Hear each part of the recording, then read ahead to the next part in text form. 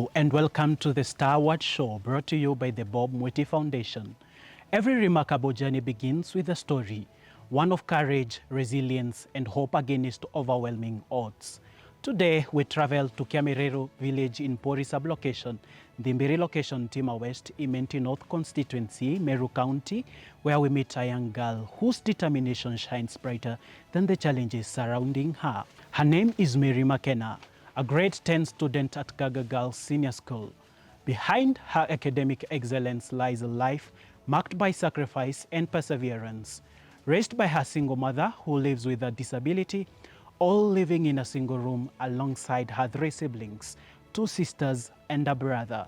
For Mary, pursuing education has never been easy. School fees arrears have repeatedly threatened to interrupt her dreams, yet she continues to excel in class, refusing to let hardship define her future. Later in the show, we will show you how a vision of one son of Meru, Bob Mwiti, is slowly transforming the lives of students such as Mary through the Bob Mwiti Foundation. About 8 years ago, I began quietly supporting top students from my local primary school, Gikumene, and my alma mater, Nkobo High School. As the years went by, I realized there was a need to create a more structured and scalable way to help many more students. That vision led to the creation of the Bob Mwiti Foundation. This is the inspiring journey of Mary Makena. Come with me. We leave the bustle of Meru town and take the Mwendanto route, where the landscape quickly gives way to lush greenery, banana plantations, napier grass, and coffee farms, a reflection of a community deeply rooted in agriculture. Further ahead, we meet Mary and her mother by the roadside. From there, we leave the tarmac and follow a dusty road deeper into Kyamirero village.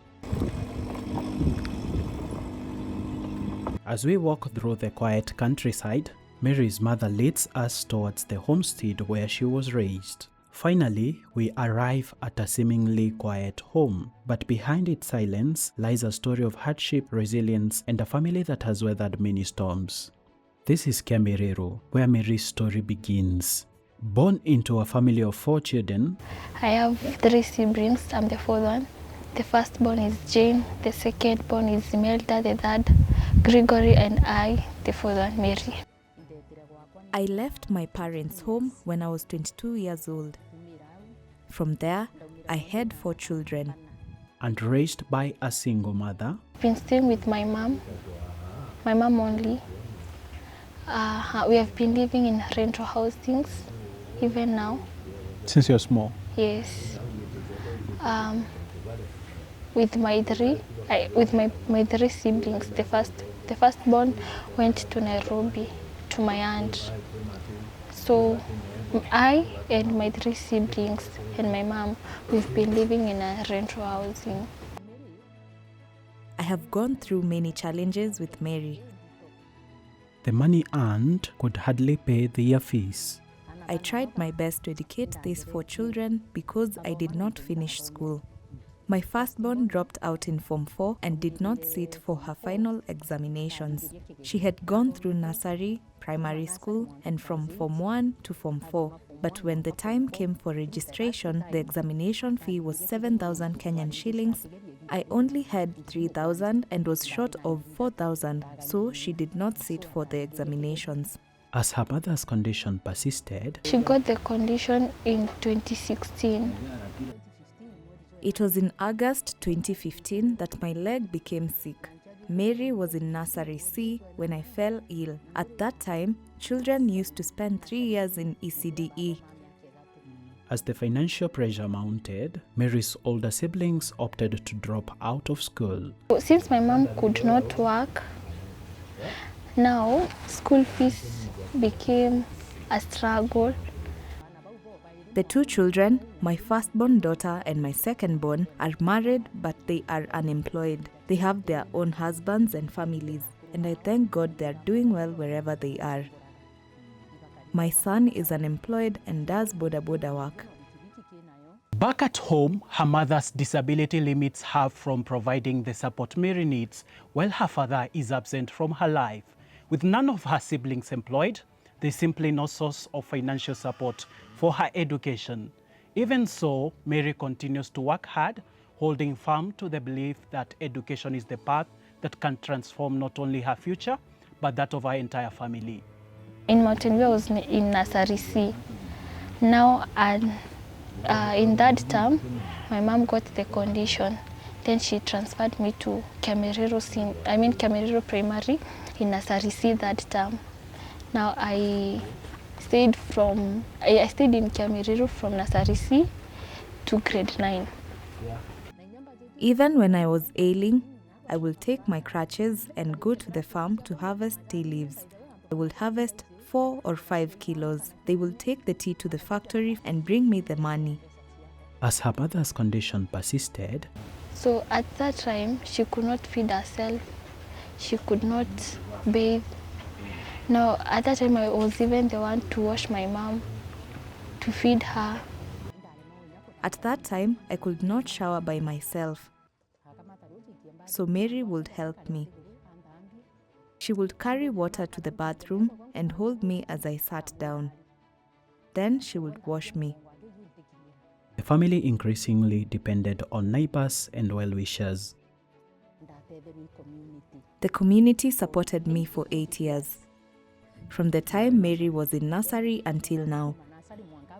Someone would call the children and give them food. Other times, one of my children might go to town, meet someone I know that will do some shopping for them, and they come with it. It is the community that has stood with me. When Mary was in grade 3, the introduction of the competency-based education system brought a new set of challenges. CBE started when I was in grade 3. At that time, it was not that much difficult, but as we continued with it, it became a bit difficult.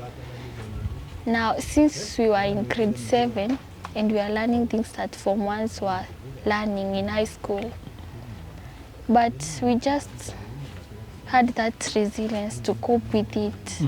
Yeah. Yet the challenges at home did not end there. At that time, when I was in grade 9, my mom was staying to our parent home. Now they brought some disagreement, then it costed us to move out. We went in a rental house. So there, my mom was to pay my school fees, pay the rent, and buy food. Now, I had stress. Family disagreements at home became another burden, making it difficult for her to concentrate on her studies. When she reached grade 9, there were a lot of fights at home. I kept asking God why all this was happening just when she was about to sit for her examinations. I feared it would distract her. When she sat for her examinations, I was not here. We had been forced to leave the house. We moved out, and even where we went, I did not know how we would pay for the house. The landlord told us not to tell anyone because it was as if he had given us the house. So we stayed there with my child. During the examinations, a woman from the neighborhood came and took Mary. She told me Mary would stay at her home while sitting for her examinations so that she would not be stressed. I just tried my best. For Mary, school fees has been a challenge from the earliest years of her education. Sometimes I could think that my mom, she's not going to meet the total school fees for this school, because of course the school is expensive. Now I'm there thinking of what if I'll be taken out of this school. For her mother, keeping Mary in school has meant finding income wherever possible. When I go to the tea farm and harvest 8 or 9 kilos, sometimes someone else calls me to wash their clothes. They may pay me 200 or 300 shillings, especially if the work does not require me to bend. Completing grade 9 brought Mary to another important milestone, the transition to senior school. So it was really hard since, I had that faith that I'll go to Kagagalt, but the requirements were not yet there. But getting admitted to Kaga Girls was not going to be easy for a family already struggling financially. When the results came out, I went to see her teacher at the junior school where she had studied. I showed the teacher the results and asked, "Here are her results. Where do I start? Where do I take this child?" She advised me to go and see Honorable Rahim Daud. However, Mary's mother did not give up.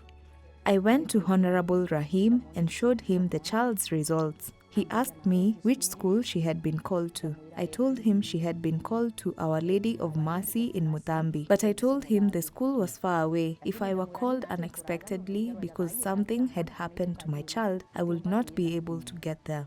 Now, my mom still went to our MP. He wrote me, he gave me a check of 17,000. My siblings, they contributed and paid and bought a school uniform for me. And then the community,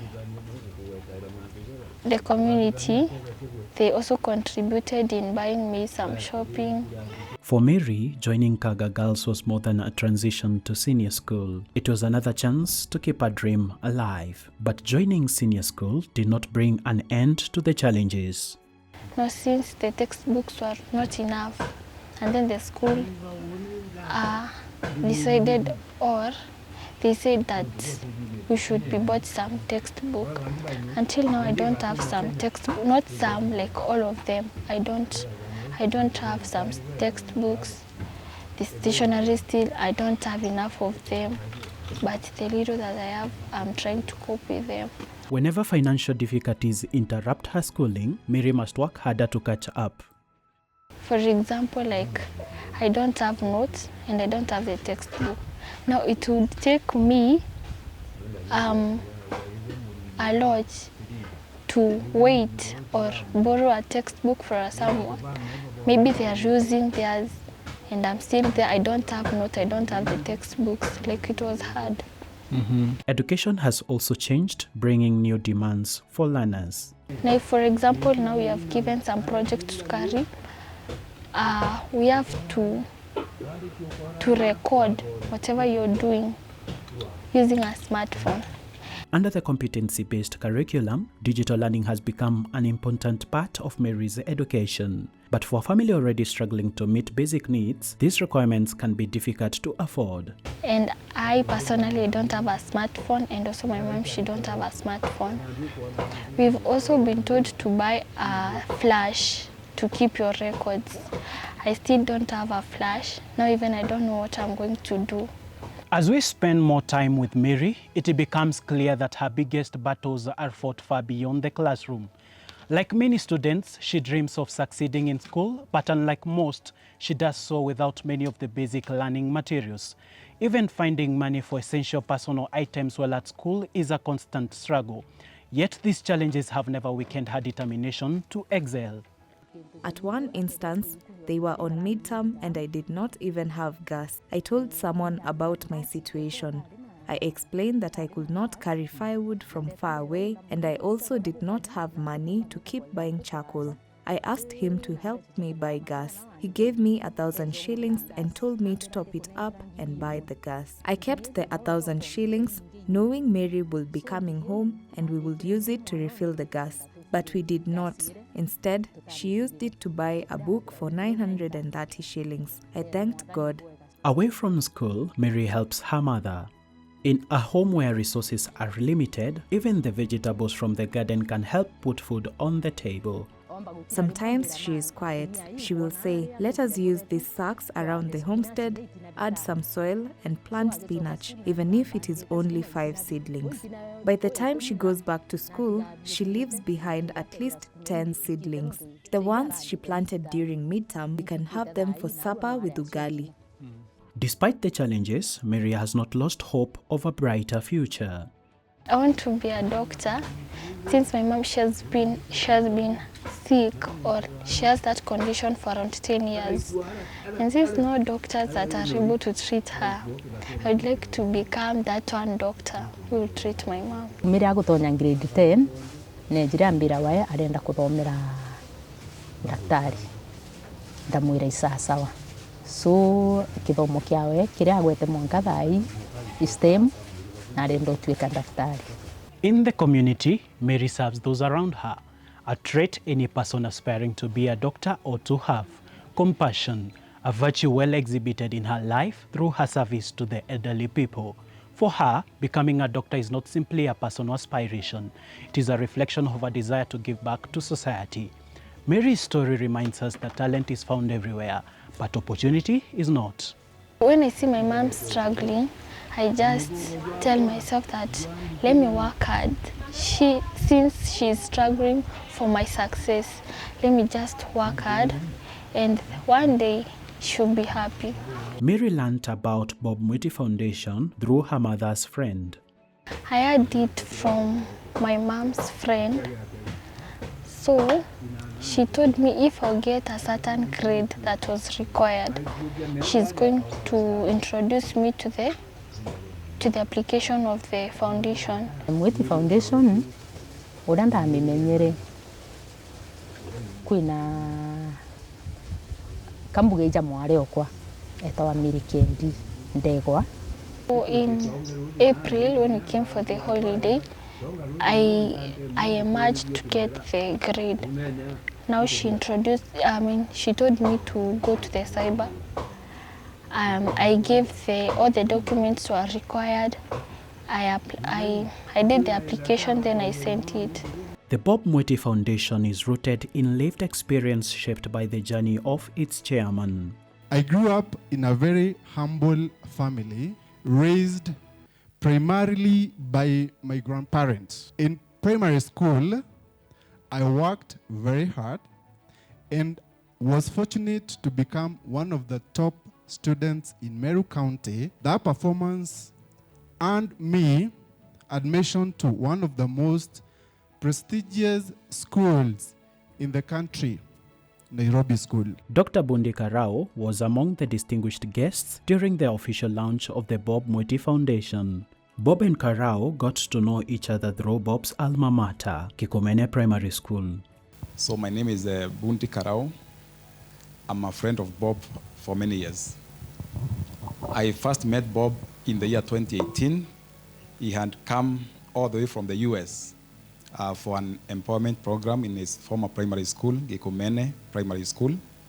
That's where I met Mr. Power and many of his teachers.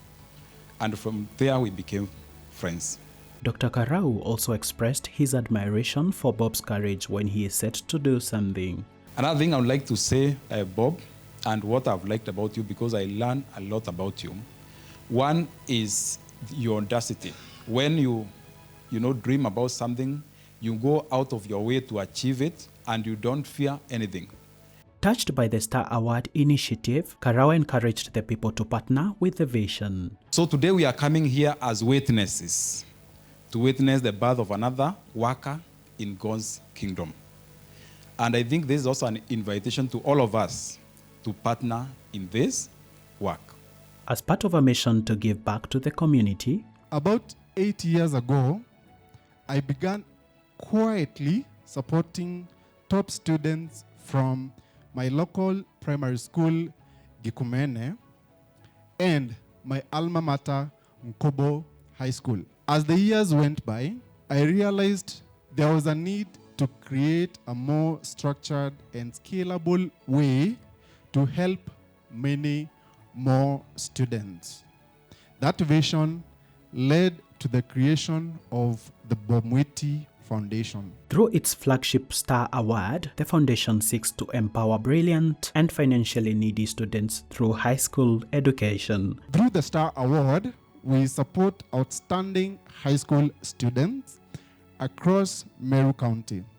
Every week, the foundation awards Kenya shillings 20,000 to one student from each administrative ward within Meru County. When they were notified that she was selected, they could not hide their joy. Especially when I heard that my name is among the ones to be given, I was happy, yes. I knew that my mom, she's not going to struggle that much. Mary and her mother are entirely grateful to Bob Mwiti for his generous acts. I would like to tell him thank you for the support that he will give me, and thank you for that determination of helping such people. May God bless the kind heart of Bob Mwiti Foundation and all those who support it. May they keep that same heart and continue helping these children, because such kindness is not something we see every day. You can support this family and help ease their burden through this M-Pesa number. Your kindness is truly appreciated. Through the Bob Mwiti Foundation, you have an opportunity to nurture education and support determined students. Your contributions go directly towards easing the burden of the school fees, helping ensure that these students can remain in school. Mary's journey reminds us that true greatness is not defined by the circumstances we are born into, but by the courage to rise above them. Despite the lack of fees, Mary has remained focused on her dream of becoming a doctor, a dream that will change not only her family, but the community at large. Mary's story is a powerful testament to resilience, hope, and the belief that with determination and the right support, no dream is beyond reach. Through the Star Award, the Bob Mwiti Foundation continues to support students like Mary, helping ease part of the burden and giving her a strong opportunity to remain in school and focus on her education. This has been the Star Award Show, brought to you by the Bob Mwiti Foundation. Until next time, goodbye.